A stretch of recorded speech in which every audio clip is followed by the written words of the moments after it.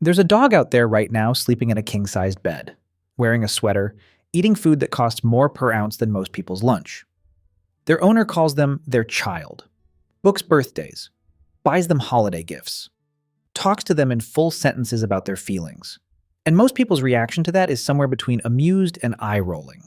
It's just a dog. They don't actually understand any of that. But here's the thing. Behavioral scientists have been studying this exact phenomenon for over a decade now, the dogs who are raised not as pets, not as working animals, but as full psychological members of the human family. And what they're finding isn't what anybody expected. It's not that these dogs are confused. It's not that they're spoiled in any way that harms them. What's happening inside their brains is something far more interesting, and the implications go well beyond how you treat your dog.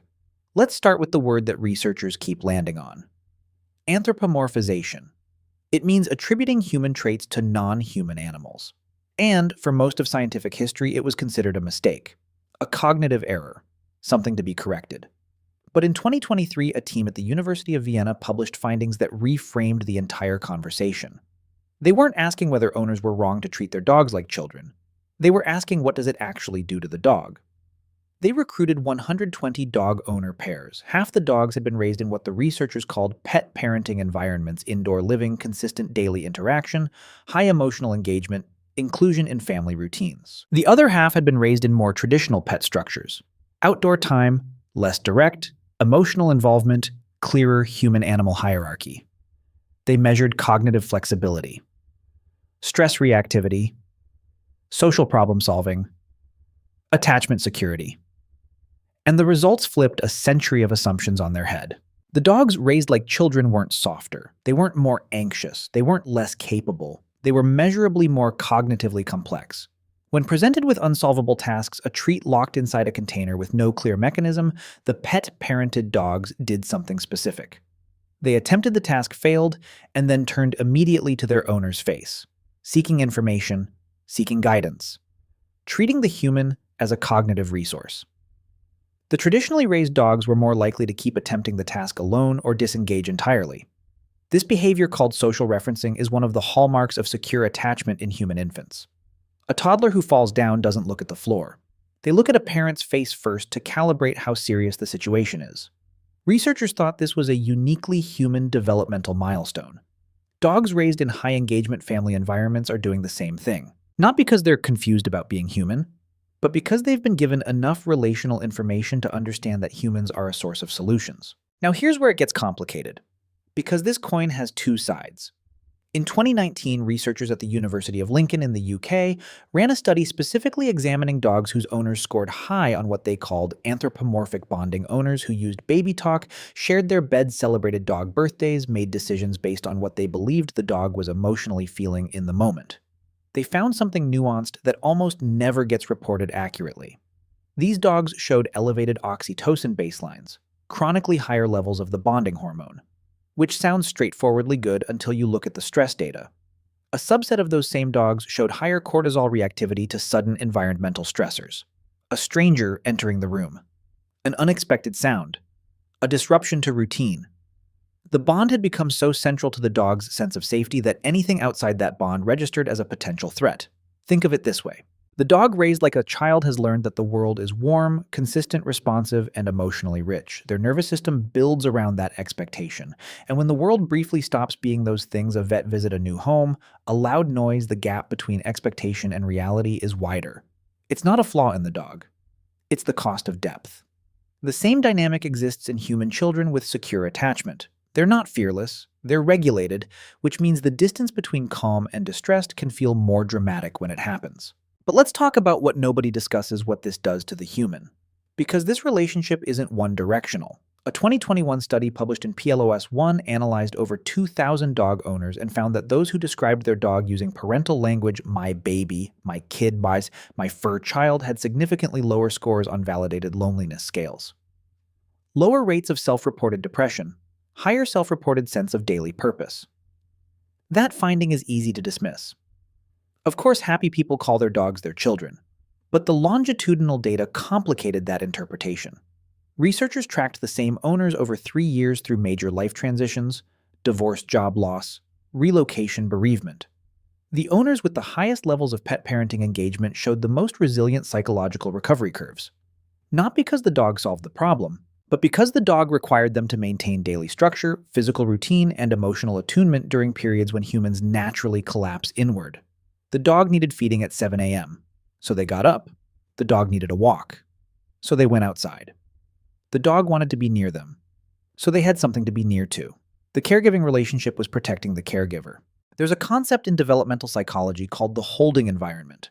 It was coined by the British pediatrician and psychoanalyst Donald Winnicott to describe the invisible scaffolding a caregiver provides around a child, not just physical safety, but emotional regulation, consistency, the sense that the world is fundamentally reliable.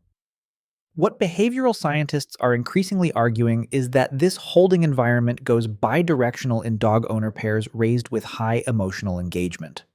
A 2022 study out of Azabu University in Japan, the same group behind the landmark oxytocin research, measured autonomic nervous system data in pet parenting households over 2 weeks of continuous monitoring. When the owner experienced a stressful event during the day, their dog's stress markers elevated within minutes without any obvious behavioral signal from the owner. The dog wasn't reading body language. They were reading something more diffuse. Scent micromuscle tension changes in breathing rhythm. And critically, owners in regulated emotional states produced measurable calming effects on their dog's cardiovascular activity without any direct interaction. Just presence. Just proximity.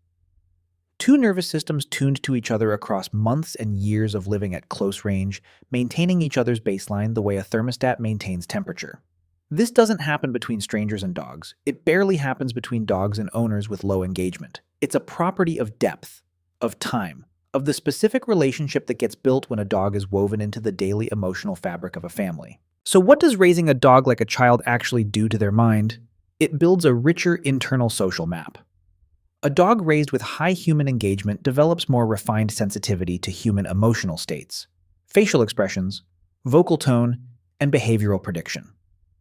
They become, in a measurable neurological sense, more human literate. Not more human, but more capable of reading us. It raises their floor. Their baseline emotional state tends towards security, engagement, and confidence. They're more likely to explore novel environments, recover faster from disruptions, and use social relationships as a coping resource. And it raises their ceiling for both good and difficult experiences. They feel more. They're more reactive to your joy and to your distress. They notice more. The same sensitivity that makes them an extraordinary companion is the same sensitivity that can make instability harder on them. There is one finding that should probably be required reading for every person who loves their dog this way. Researchers at the Royal Veterinary College found that dogs in high-engagement pet parenting homes had a significantly higher rate of obesity, dental disease, and delayed diagnosis of chronic pain conditions. Not because owners loved them less, because they loved them in a way that found it difficult to cause short-term discomfort for long-term benefit. They skipped the teeth brushing because the dog didn't like it. They added extra treats because the dog looked sad. They assumed limping was temporary because the idea of it being serious was too painful to sit with. Loving a dog like a child is not the problem. Loving them in a way that prioritizes their comfort over their health is. The same study found that owners who engaged in high emotional attunement and maintained regular veterinary schedules, appropriate diet, and behavioral boundaries had dogs with significantly better health outcomes than either high engagement or low engagement groups alone.